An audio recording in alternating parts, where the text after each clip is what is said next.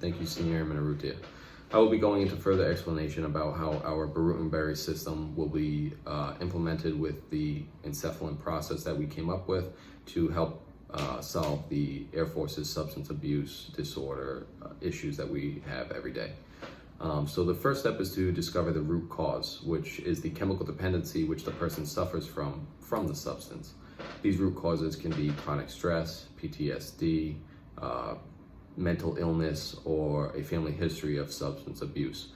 We also have to identify the withdrawal symptoms. This is lack of sleep, decreased appetite, vomiting, cold flashes, and a number of other things. So step 2, our group formulated multiple plans that we could implement into the Air Force to help solve this issue, and which we came to step 3, which was finding the encephalin process, which we created. And I will go into minor detail as to how this will work. So first we are going to identify our subject. That's either going to be from them self-admitting or us finding out that they are a substance abuser through many different tests, one being a simple drug test. If they pop positive, then we will begin this process with them. Step 2 is the series of tests to then locate where those neurotransmitter dopamines from the substance are going to in the brain and where they're storing themselves into a memory, basically saying, wow, this feels good and I want to do it again. And this is providing a sense of sensation that they're getting from the substance. So third is a surgery, and that's going to be eliminating the memory of feeling that they're getting from the substance. So this is done by very carefully going into the brain, removing that very minuscule amount of brain matter that is exactly storing that memory of the substance.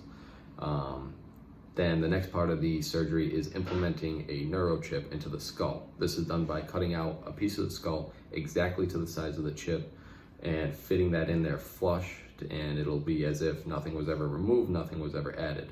From there will be electrode threads attached from the chip to different parts of the brain, and this will effectively cause the neurotransmitter dopamines to be blocked from reaching the brain and having any effect whatsoever.